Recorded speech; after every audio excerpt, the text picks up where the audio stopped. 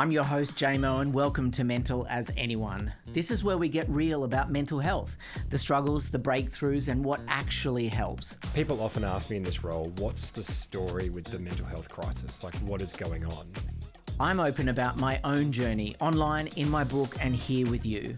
Now, I'm joined by guests sharing honest lessons to support you. You can always be happier, healthier, more resilient, more empathetic. You could always improve your mental health. So join me as we learn together that we are all as mental as anyone. But I think in retrospect, and as an adult, you realize that everyone's going through their own version of what you're going through.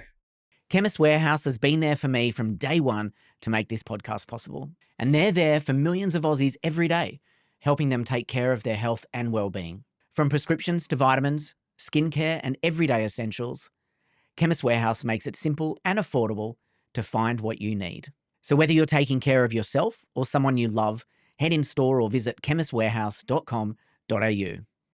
Yorkshire Tea said they are all about a proper brew. No shortcuts, no compromising on quality, and no unnecessary fuss. So I put them to the test. I flew to Harrogate, toured the factory, met the team, and even tried my hand at tea tasting with one of their experts. And it turns out they weren't kidding. From the way they source their tea to the way they blend and taste every batch, they do things properly. No shortcuts and no compromises. Because when the conversation matters, the brew should too. Thanks, Yorkshire. Thank you to Arnott for supporting this series. One thing I've learned from this podcast is that the conversations that matter don't always happen behind a microphone. It might be a catch-up with an old friend, a phone call that goes longer than expected, or just 5 quiet minutes to yourself. Arnott calls them sweet little moments, and I reckon we could all use a few more of them. So next time you put the kettle on and have a moment that matters, open your favourite packet of Arnott's biscuits. Well, you know the voice, but do you know the face? Julia Morris, Lady JMO. JMO squared for this podcast of Mental as Anyone. I've been gagging for you for a long time. How good would the bookends be? Would they be in glitter? Will I get the bedazzler out?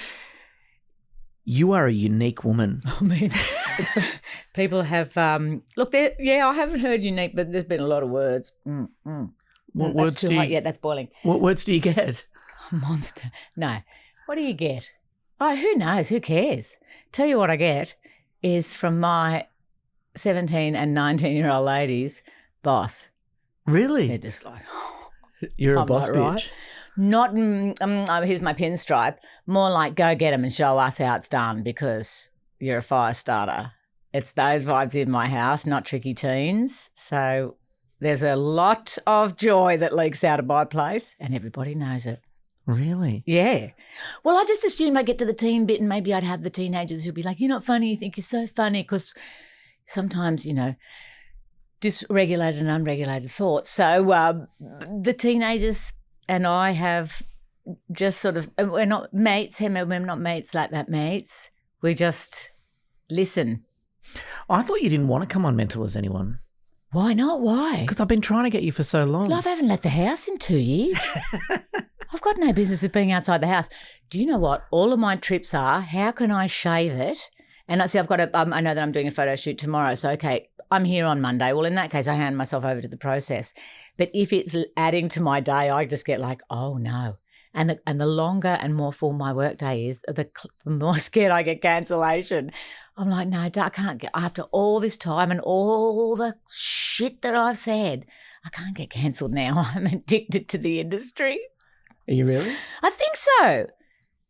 I think if you work at something, I've certainly had my 10,000 hours. I definitely know what I'm doing, but there's not many industries where you can reach what I think is a professional apex, and then all of your skills just are no longer required, really.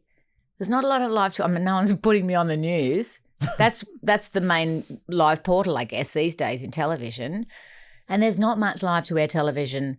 I mean, that magnificent Mel Tresina is doing such a glorious job with Big Brother and putting such a yummy breath of fresh air in there. But now we're all like, we have to save money. That's how the industry is moving. It's just a reality. It's not like one person is failing and the other network's not, or, it's everybody's trying to work out how to stay on the air And that tends to be some of those much bigger pre-recorded shows, I guess, because everything's so expensive, especially me. Strap yourself in. 'cause Oh, message received. I thought that was the after-show party. I've travelled with you. I know how expensive you are with your big fur coat, travelling the world. Faux fur. She loves the faux fur. Oh, no, for the first 9 years, I'm sure you will remember, the first 9 years of The Jungle, I had a toilet. We were up on set for, 4 or 5 hours.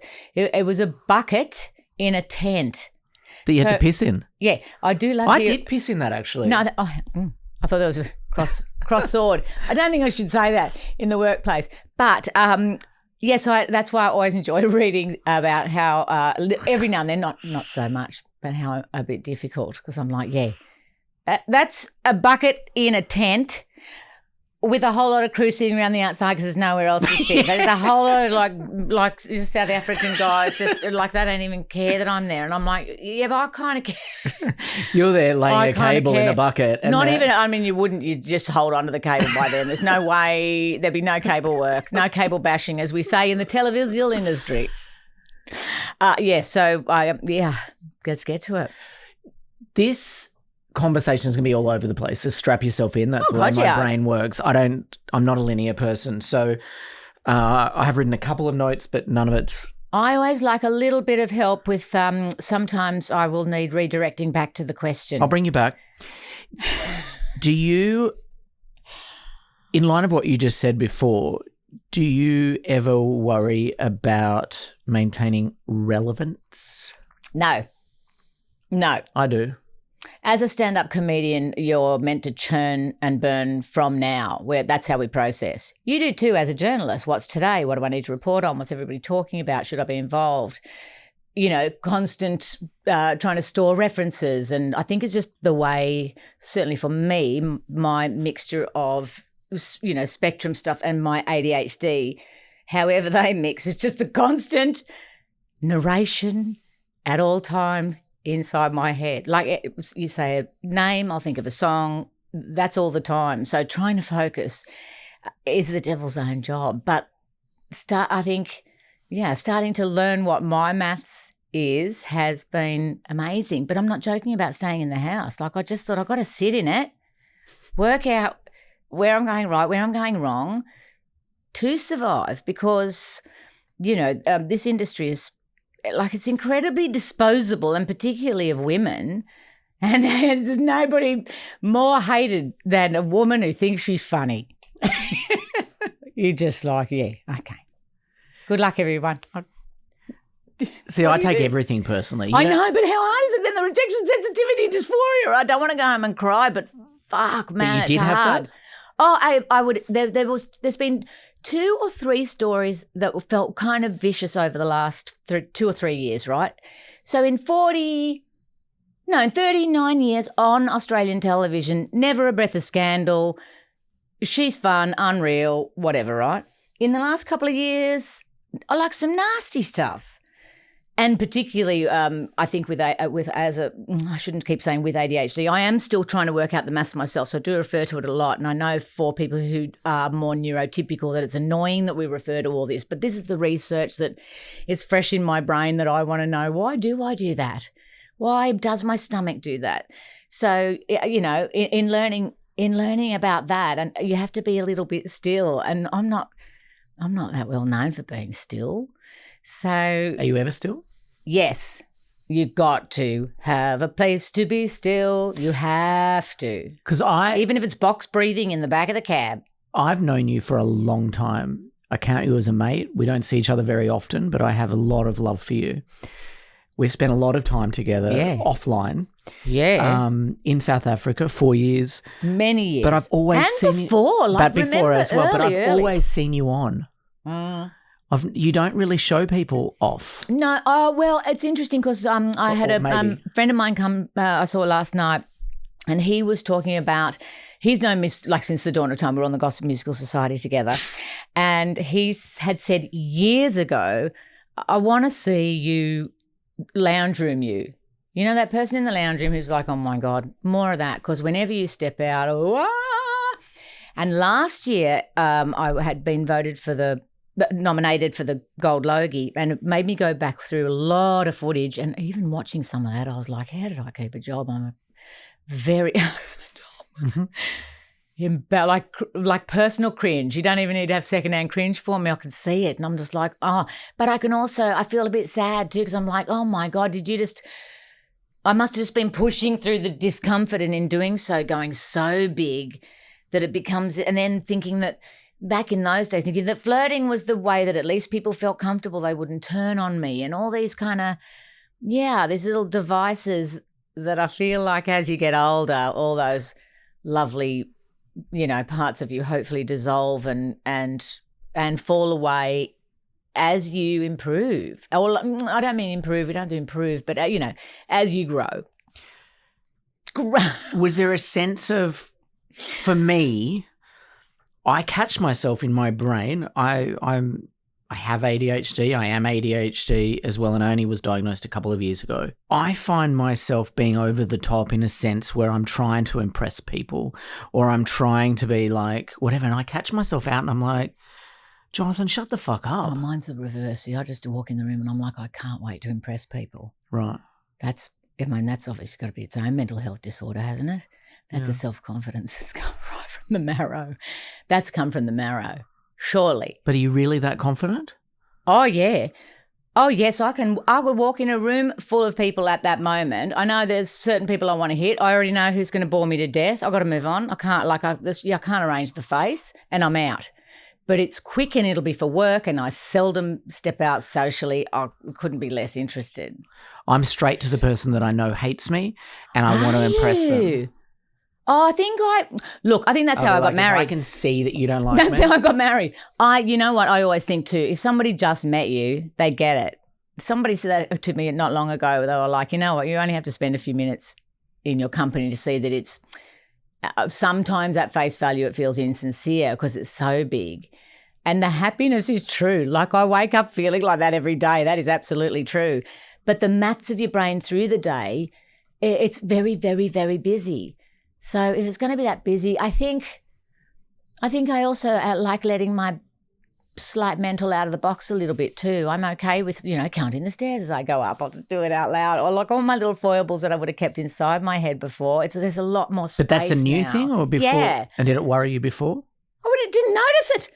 Right. It was must have been just all like this. Oh, life just must have been like that. I don't know why I'm like that. I've got another job. I should be working. What's everyone doing? Should I clean that? Like God help us. It was only the absolute implosion of the life that I thought I was living when, my marriage ended, I guess, that then I was just like, wait, okay, wow. Because, we would have spoken in interviews over many years about, I used to joke about when I was married saying I'm too loose and he's very controlling, and somewhere between the two we kind of match, whatever you sell as a couple. And so all of a sudden I was like, oh no, I've been left to my own devices. And I think people had talked me into thinking that if left to my own devices, like watch this mess. And I did the opposite. I just dug down. I'm like, right, what maths do I need to know? What have we got? What do we owe? What do we own? What is happening? Who do we bank with? Like, okay, so what happens with the rates? And then do I need to get the girls, like, how do they do their bank accounts? And everyone's on their right Medicare. Because that wasn't your headspace before. I did no admin. That wasn't my thing. That wasn't how we did that. So, having to upskill while feeling like the oceans of trauma were closing my throat over as I swam and crawled to the gates of hell and locked as many locks as I could lock. And then I just tried to get a straw above the ground like our beloved Stuart Diver and just come back. And it's interesting to even watch some of the to see some of those photos of the last few years of the Gold Logie nominations, is that I look entirely different in every single photograph. You do. But that was cocoon stuff, I think. I can see. Yeah, I know. Like with that short brown haircut, I knew exactly where I was. I was sitting out the back. I was renovating my house because I had a house. All of a sudden, the house wasn't to code. Like we were going to renovate it when we moved in. And so when we decided, I was just left with this absolute beast that needed so much doing, so I just had to hunker down and do it. And at the same time, like, whoa, and awakenings and, all sorts of things just going around in my brain while going to work and be funny. So in terms of always on, I think I'm always on, just naturally in my heart, but just the volume changes. Because like, say, then when I'm hanging out with my mates, we're still cacking until somebody needs to go to the bathroom. But yeah, every day getting stronger. Or the bucket. Exactly. I think the volume changes on everybody's mental every day. We're all mental? Everybody. I think everybody's mental. I think the volume changes at different times. And when I say mental, let me be perfectly clear. I think everybody struggles. Everybody. Even if you say you don't, at different times you will have, which are taught you now not to struggle or whatever that is, everybody has struggles. What's different, I think, in the mental health space is when it's an impairment. Does it impair you? Does it stop you from why can't I open that email? It's one email. It's just that I know I've got to really think about the reply, so I'm going to leave it on unread. I've got messages wishing me luck from the Logies last year, unread, in SMS that I just think, oh, God, it's been too long now. I can't go back and say thank you so much for that comment. I'm just like, I can't. And then, like birthdays. So, yeah. I don't remember birthdays. I've got no business with it. I'm just like, oh, God, do we have to? Can we have cake? Just focus on the cake. Just text me and let me know someone's birthday. Would you like a biscuit? Yes, please. I was the face of the arrowroot for a little while. Were you really? Yes, I was. I'm gonna have a root right now. An arrowroot. Putting the root back into the arrowroot. Here it is, the mighty arrowroot. Used to make some icing. With some icing sugar and some milk after school. Oh, you're going to dunk in the mint. See where you're up to. You've got a sort of a brandy snap vibe. Well, how's the kickback? Not too much brandy, so it doesn't give you that little tickle. I'm a Mad Biscuit fan. The Scotch finger. Oh, anyway, we won't. That's not for today. Where are you at with the separation? Oh my God! As I take a bite of the biscuit. Okay. Eating and interviewing is also awesome.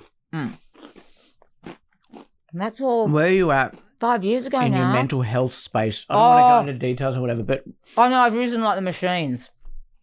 That is sorted, processed, and still have the bell curve of fury, sad, happy, biscuit, no root, no, thank you. Would you date again? No. Really? No, I do not believe so, no. Ever? No, I just don't see You're it. not dead. I know I'm not dead and I've never been hotter. But here's the thing. When I say I've never been hotter, have a go at those hips. I know you're not allowed to say it, but come on. Are you kidding me? I can't. You're never being hot. You don't know how to stand. I'm going to do myself a disservice. But no, I'm just like, I just don't see it. I think being scorched to the earth, you just go like, oh, I'm not doing that again. I do have a lifestyle choice partner, Ken, who is a small cavoodle, and he and I spoon. And honestly, that's as much love as I need for the moment. Like I just, whatever. If they came into my life, how lovely. But do you get lonely? I get lonely. No. I get lonely. Oh my God, lonely even is in a my calling relationship. card. No. Oh, well, I was very lonely in my relationship for 20 years.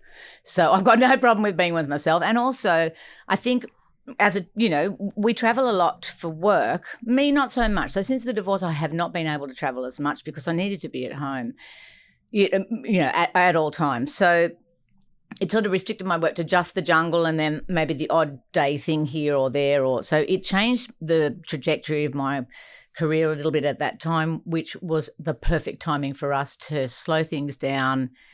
I was at home every day doing the teenage drop-off to high school. Like, that's a luxury of time that not a lot of people get, and it was really great for us. And, if we pulled up outside the school and there was a day one of the girls could not go in, I'd be like, you know what? Let's beat it. Like, having that luxury of time and a little bit more calm, and not the churn and burn and the weekend at Bernie's where you just feel like you're wheeled out dead to all this work for what? So getting to return to my real life, oh my God, I found a hobby. I really love cleaning. Oh yeah, I really like it. That's your ADHD, man. Oh yeah. Oh, I can go till 4 a.m. Should see those cornices. I don't want to talk about it out loud. I don't want to have a sexual moment on your podcast. But Wow. yeah, that's that.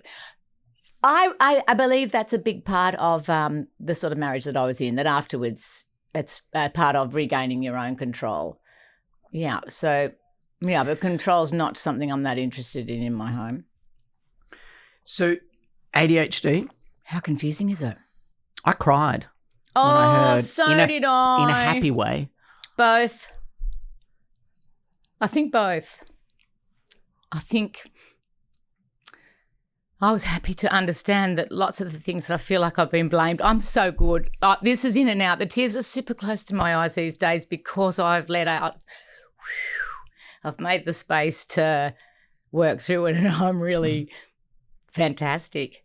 But I feel sorry for that younger person where I'm like, oh, like I was talking about in those interviews earlier, even in school photos, and it contrazooms your life into an entirely different thing where you think about, oh, I remember that.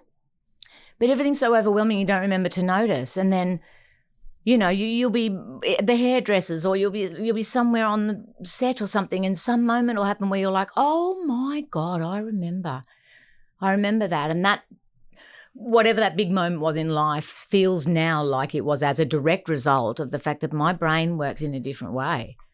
And once I understood that, I became an instantly better parent as well, because I had naturally, no judgment, had been raised as a neurotypical child. And I mean, we can all giggle about it now like it couldn't be more obvious.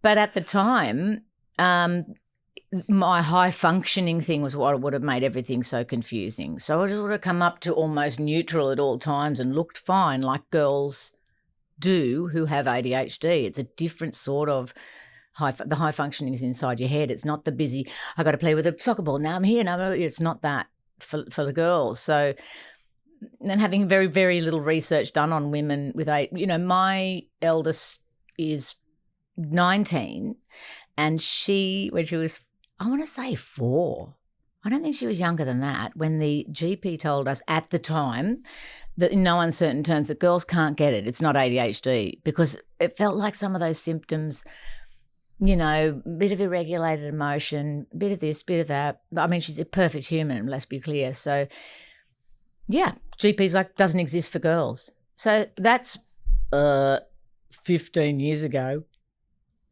15 years ago. Doesn't exist for girls. Wait, And what? all of a sudden in the last few years, finally. Well, that's why what's so interesting in the pushback of people saying, doesn't everybody have a little bit of, yeah, everybody will have not a little bit of ADHD, but what they'll have is that they will feel stressed or overwhelmed in lots of areas of their lives. They're like, oh, we're all tired. We all forget stuff. Oh, I'm the same. I get sensitive when someone says something mean. But you're like, okay, but are you impaired? Where's the impairment part for you? Do you go so hard, like say a function like that we went to with the Logies nominations, where I'm just all guns blazing and having fun? It's not fake. I'm just like, let's just go out there, and the sooner we do that and do everything, we'll be allowed to go home. And there's the joy. Nothing gives me more joy than an early mark. Does an early mark trip your trigger?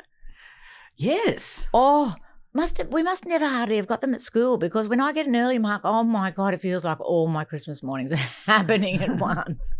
I do love an early mark, especially from the sentence that I'm halfway in and then I can't remember the rest of it. So What other, if you don't mind me asking, Yeah. what other diagnoses have you had?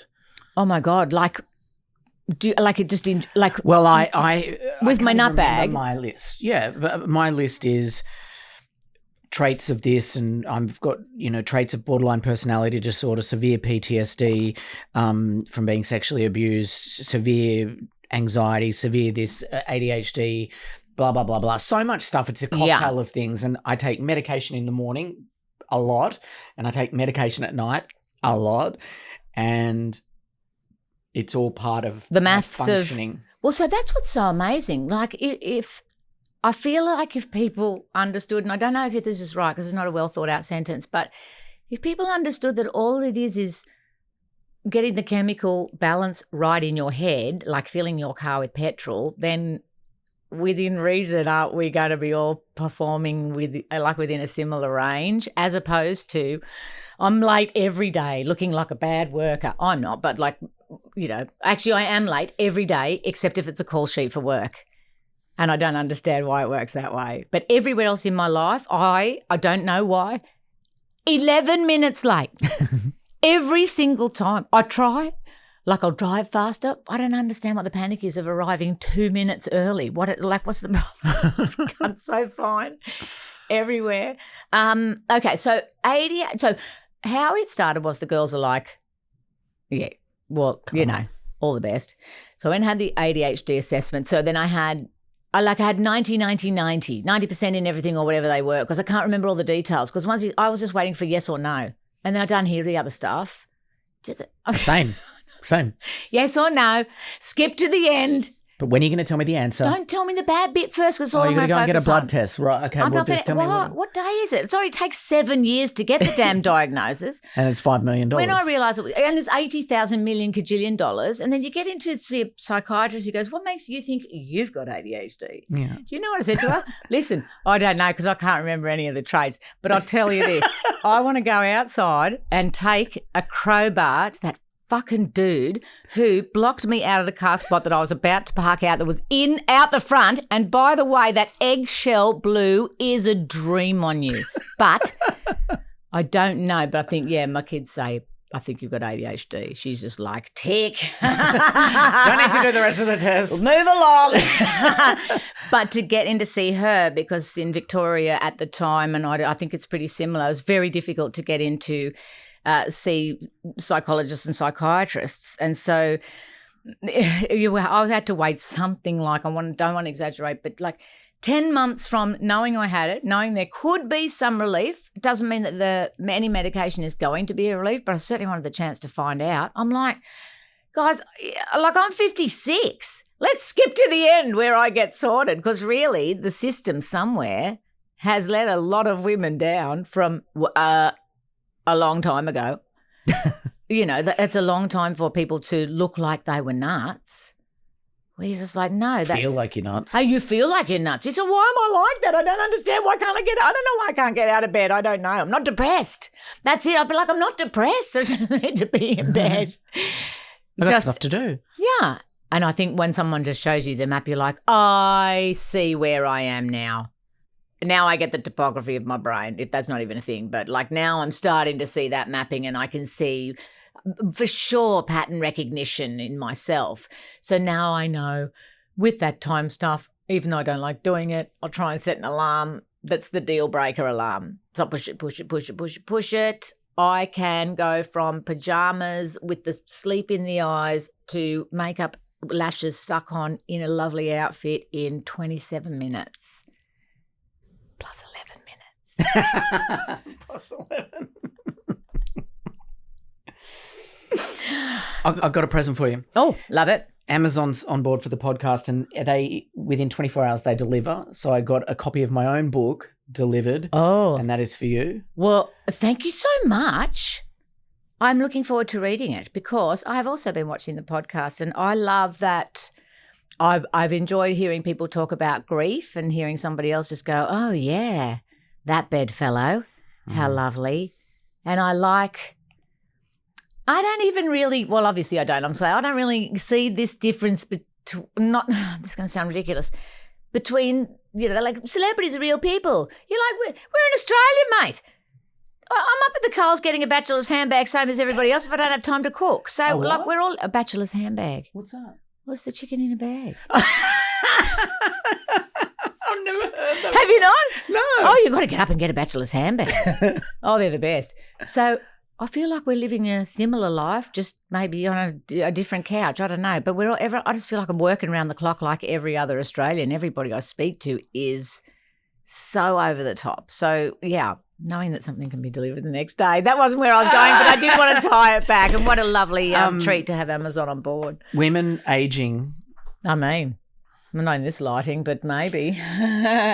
Yes. Well, does it piss you off? Not that you're aging, and No, not no, that no. women age. You got to wear it like a badge. The fickle nature of the business. I mean, I don't know. I don't know. What do I mean? Have you been judged for being a woman? Oh in your God, 50s? I'm too fat, too thick. Like I want Britney's song. What am I? Too stupid, too loud, too quiet, too everything. Okay. Well, I'm just going to get up, clean the house, and I'll see you in 11 minutes. No. Like you can't please everybody, but I've only just worked that out. That took a long while. That people pleasing is relentless, and all of those triggers will have just been put in since early doors. Reading the room, being a good girl, coming through 13 years of all girls Catholic private school education. You just did your best and didn't make fun of the nuns. And one girl told one of the nuns to fuck off once. I was disgusted. Can't tell a nun to fuck off. Was it you? No, it was the legend. No, God, no. I wouldn't have been able to cope with that. I would have been I'm not scared of getting into trouble or anything like that, but just my need for people pleasing. That's just not my output. I'll just go home and cry if I was mean to someone. So, you've been judged.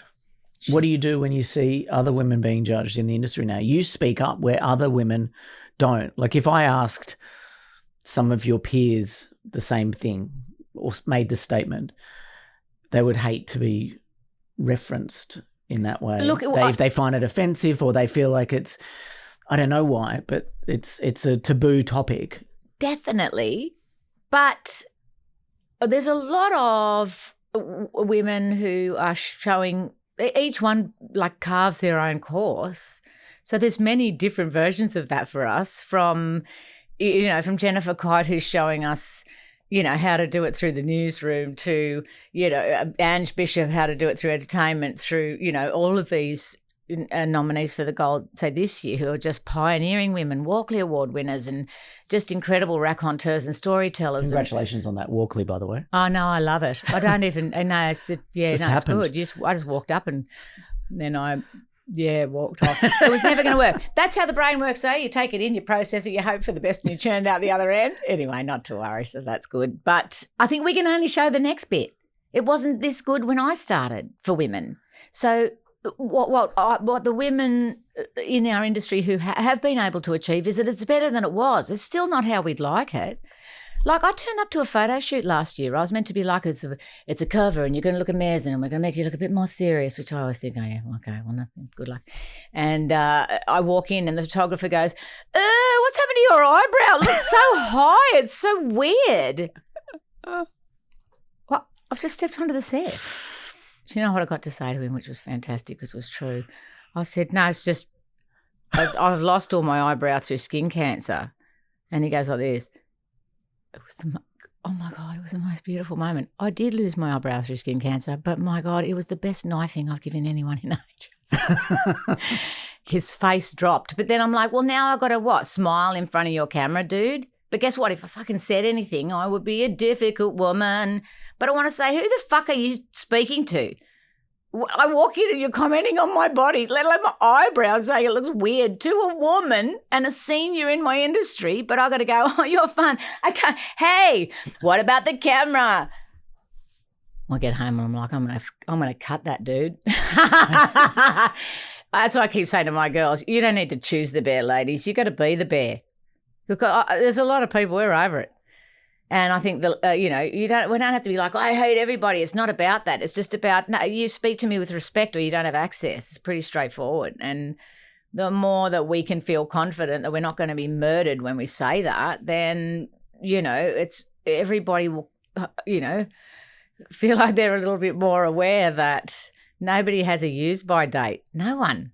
Look at Betty White. I'm a Betty White, that shit. I'm going to do a song. Betty White. Anyway, I won't. That's for another time. I'll have to make the music on my garage band. Ding, ding. I'm very modern. Well, that's the other thing. Talk about you sidestep in the industry. I had to learn how to cut little bits of video or. What do you use? Oh my God, it's not good. I mean, don't say that because then I'm going to tell you what it is. Shouldn't say it's not I good. use CapCut. Don't they own it? Love, they own it. They own it on CapCut. They own the video if you do it. They own it, whatever you cut in it, they own it. Uh, Look, it happened last year and I was in the middle of cutting a little web series. Well, I just cannot upskill on another one. I bought another one and it wasn't the one that somebody else that I knew had. So then they were like, I don't really understand that configuration. I'm like, well, now I've got a I've got like a pro cut flap or something. Like I don't like. I beg your pardon, Julie. I didn't mean I personally.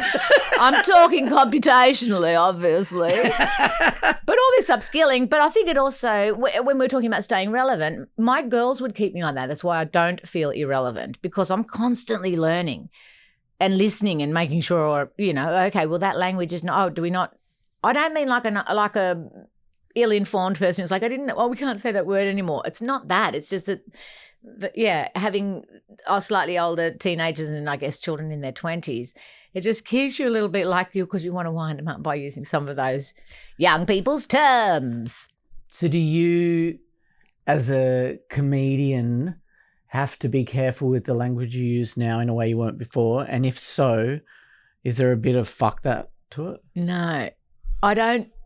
It's adapt or die. But also the yucky people always thought yucky stuff. I don't know that I'm saying that correctly, but what I mean is like those misogynists and the racists and the this ones and those people were always like that. Like they were just like that. So if you were the sort of comic who was more of a storyteller, you stayed in a space of making fun of yourself. I think that had been more my stock and trade because it was fun. And certainly when I started in stand-up, it's a different time for women. You also had to get on the stage while people were calling out some pretty rancid stuff to you while you then are like, oh, I can't wait to have a verbose comedy come into the late show at 11:45 while some, guy's got his cock out in row 2. Really? I mean, just all of that back in those days. Everyone thought it was just like things were hysterical. They called out dreadful things. It's like an auto-da-fe. You just see some audience members knitting your name into it. Just come and get you for a burning. Amazing. Did you ever see any of the Me Too stuff? Where was I for Me Too? We must have. But in those days, like you'd walk in the old days, I've got to think about my sentences because like it's stuff that you sort of think about and chat with your mates at home and then I'm like, why would I say it like that? I think I had drunk the Kool-Aid as well. I was also part of the problem because that's how we'd been read and you were easygoing if you just laughed it off. So then I wasn't just going to laugh it off. I was going to prove to the boys that I got the joke too. I could go rude or I could go hard or I could go, that's how it kind of was then. Not even that they were that competitive as that I felt I was competitive with them. And so, someone said, geez, you got a lovely rack, you'd be like, right? I did not skip tit day. Yeah. So you enter in as opposed to being like, I think to ask for respect is better than to join in on the joke. But then there's sometimes if someone's a little bit older where you're like, I can't even bother having the conversation. I might as well go, oh, good one. Good one. But you also don't want young people around you to see that you're accepting it as well because I don't want to feel pathetic for still accepting it. But, like, not every smile more needs a longer conversation. Do you ever feel that, and as I said earlier, you're a woman who's speaking about things that other peers of yours don't speak about. Is that because they are worried about the cancellation stuff? Is that because they're worried about who knows and we can't speak on their behalf? I think we all keep up appearances and certainly in show business. So sometimes it depends on where the volume is of your fame at the time. But like there was a couple of years ago when I had vertigo and there was about 37 stories on it. So for me then to come out and be as really like deep, heartfelt, connect, honest with my audience like I do in my stand-up. Stand-up's the arena for that for me. That's my audiences that come again and again, and some new ones. But what they get is the raw honesty, the great storytelling, the what happened since we saw each other. It's like a dinner party at my house, only I get to speak, as if I'd have a dinner party. As if I'd have a dinner party. No one in the house. Computer says no. Just you. Yeah. No, and the ladies. And their friends. And my friends sometimes. But I just don't have the energy at the end of the day to see anybody, because by 5 p.m. I'm done. That's the medication. So I eventually got the Vyvanse. That seemed like it was going to be a good fit for me. I took it to the jungle, and, of course, by the time I got it, guess where I got to test it out? On the biggest job of my life. So in the jungle, I know that I have to have that. You talk about being on. An absolute standard, we have been doing 17-hour days. And in those 17-hour days, I'm performing for, Robert and I performing for, you've seen it, like 14, no less, maybe like 12 of the 17-hour days. Rest is kind of production, looking at things, doing things, having lunch, whatever. So of that 17 hours, 12 of them performing, and I've got a medication that will sort me out for 8 hours. So I'm in the enviable position of choosing which 8 hours will I be regulated for. And I figure, probably a bit more happy in the morning. Not every day I was right, not every day. So that was a challenge. But having said that, this is the most intense job I've ever worked in literally my 41 years in television. Really? The jungle was easily the most top-heavy in work that I've ever, you're away. The altitude is crazy. You really are working from the beginning of the day to the other side of midnight. Well, it is. It's like 3 a.m. Which has got to be done. And I'll add to that, by the way, we love it. It's not like, oh, no, we've got to go and do this job again. We all can't get back there fast enough. You don't want to miss her. You don't want to miss It's a joy of note. It just, it fills you in another way. It's like the max watts of all of your talents coming together and you get to use them all at once. But then you get home. People say, we meet for dinner tonight.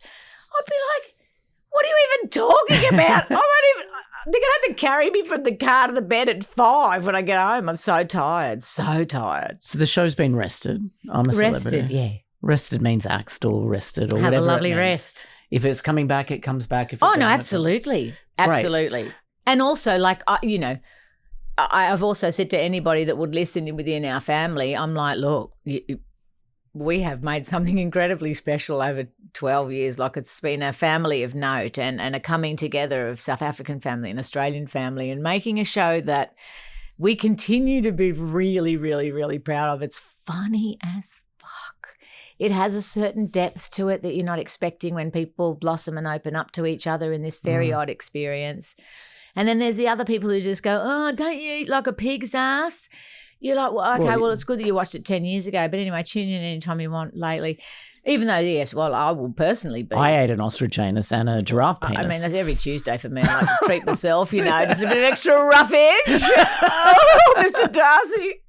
So, being rested has lots of different emotions. But I'm like, if you need to move forward with it anywhere else and that's what you need to do, then you have my blessing. Like, go forward. If you want me to, unreal. If you don't, whatever.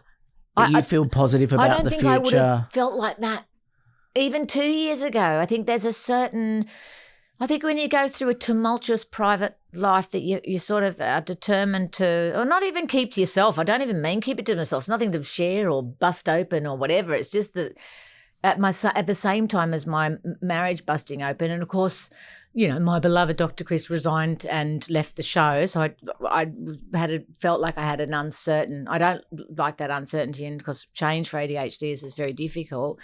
And my dad died over a year and a half, having had the last rites 7 times. I did ask if the 7th was a free one, and the priest did not find that amusing. But the communion might have been stuck to his top of his mouth, to be fair. Sometimes it gets very dry, very dry. Must give them some recipe tips. Maybe coconut oil in the communion. Might make it a bit. Anyway, that's a story for another time. I have so many. We could go on for hours, and Right. I'm aware that I need to let you go. Extended mix. Did you ever self-medicate? Yes, definitely. With jazz. I love a jazz cigarette. What's a jazz cigarette? It's modern young people's jazz cigarettes. They're kind of like, some people call it marijuana. Right, okay. I was never a drinker.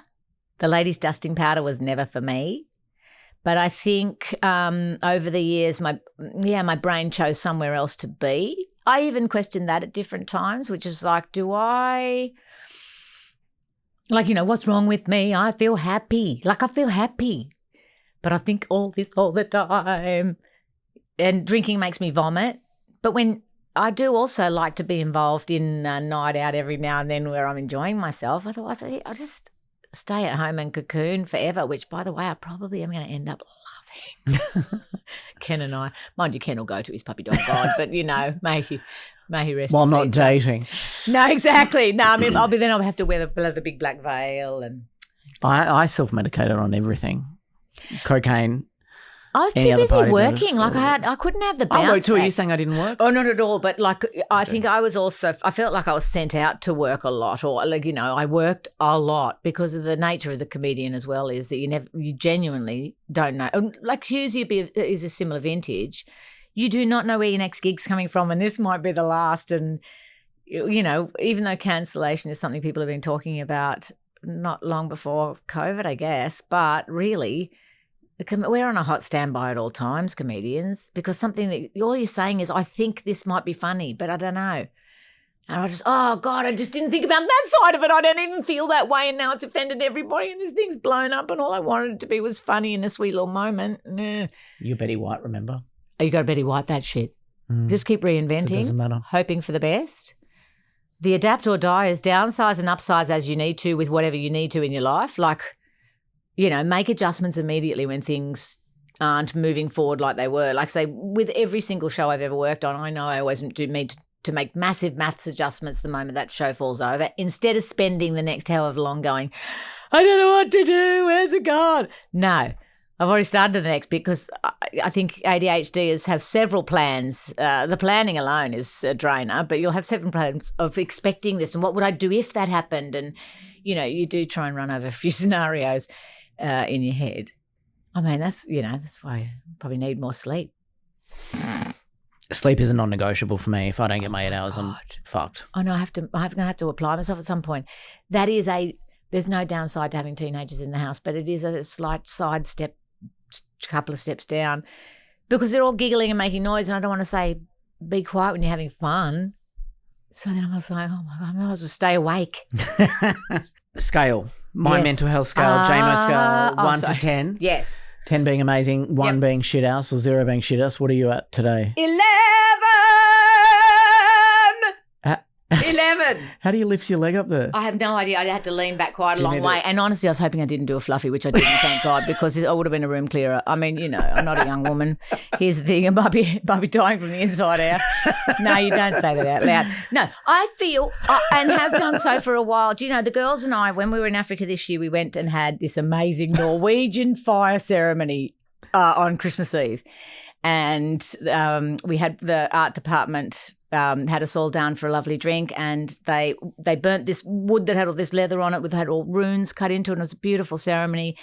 And we were encouraged to think about the last 12 months, and, I think everyone was given sort of 10 minutes to sit quietly and think about the hardships of the last 12 months, where you're just like, dear Lord, I didn't know I had a fucking Rolodex of things that moved me on many levels. Then to think about the things that went our way, think about the things that you are going to take into the next year, and kind of a little pat on the back to younger you for getting this far. And I think over that Christmas I had a sort of a bit of a shift where I was like, thank God I know it's something. If someone's mean to you, delete, gone. Zero tolerance. I've got zero tolerance. I can't be bothered. I've got no time. Well, of the 2 people I'm going to see a week, you're going to say something mean? I'm so sorry. Access denied. So that's made life a lot happier, because there's not all the, I haven't called them, or I should have been, this constant plates in the air contact for, succubus around you. Once you clear that out of your life and you can see it, then you sort of only got the yummy people left. Like, that's got to be part of the secret of life, happens, surely. I hope. Otherwise, I'm very much in the wrong direction. I can't care if I die alone. I'll be thrilled with that. I'm going to go to Switzerland. Can you go to Switzerland and get the tablet? Are you allowed to have that tablet on a hot standby? Can you bring it back in the country? Where would you hide it? Really I couldn't available hide here. it in the. I couldn't hide it there. I wouldn't hide it. I haven't said a thing for the last hour, and you've just spoken the whole time without me asking a question. Yes, it's a solo cast. There's not two peas in a pod. There's just one insane woman on broadcast. JMO squared. One final question. Yeah. Finish this sentence. I want a real one. None of this bullshit. Yeah. Forgive me, JMO, for I have sinned. I have treated myself badly, and I will never be treated with disrespect again. As I live and breathe. No, come on. It is my pledge. Now, just everyone leave me alone. I'm just going to go and be happy. I do not want to win that Logie, because let me tell you, if I get up on that stage and I go in that speech, who knows what rapid fire nightmare will come out, because the medication will run out. I say no. Just let me lie in the long grass of the nominations, please. Just let me lie quietly. Julia Morris, I adore you. Thank you for coming on Mental as Anyone. I love you. Thanks for joining me on this episode of Mental as Anyone. There's been some heavy insights in there, but also some useful tools for all of us to move forward. If you want to be the first to hear new episodes, be sure to hit follow. And if you find yourself in need of support, links to Lifeline, Beyond Blue, and the Black Dog Institute are in the show notes below. See you later.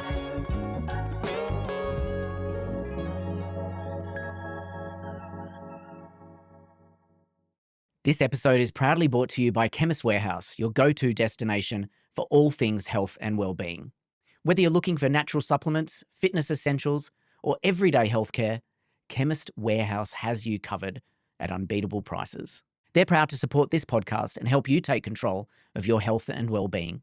Head to chemistwarehouse.com.au for the best selection of vitamins, wellness products, and more to keep you feeling your best. I love my tea and have finally learned how you make a proper brew. Ethical source quality tea from Africa and India. Combine 10 to 20 distinct teas. Taste thousands of cups daily. Make sure it's rich, robust, and satisfying. Take no shortcuts. And support farmers, communities, and plant millions of trees along the way. Obviously, I don't have time to do all of that. Thankfully, Yorkshire Tea does. So have a proper brew with Yorkshire Tea. Thank you to Arnott's for supporting this series. There really is an Arnott's biscuit for every kind of moment. Tim Tams when you need chocolate. Scotch fingers for dunking. Monte Carlos, Kingstons, mint slices and ice Vovos when you're opening a variety pack. And of course, shapes when you're in the mood for something savoury. I was actually meant to try them all and tell you my favourite, but our producer Darcy ate every single one before I got the chance. I'm not even joking. Apparently his favourite is all of them. So find your favourite and share them in the moments that matter most.